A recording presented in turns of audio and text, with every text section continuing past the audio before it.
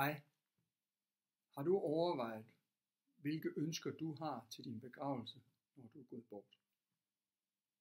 Vil du hjælpe din familie, som er i sorg, med at besvare de spørgsmål, jeg har, når jeg besøger din familie?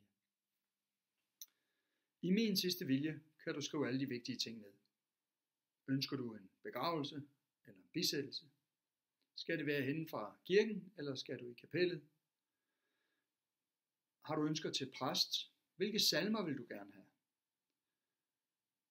Du kan også vælge kisten og urnen og endda kistepynten.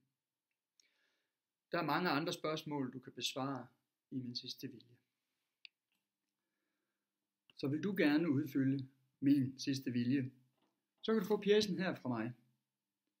Men nogle gange, så er det lidt lettere at sidde sammen med en og drøfte de lidt svære ting.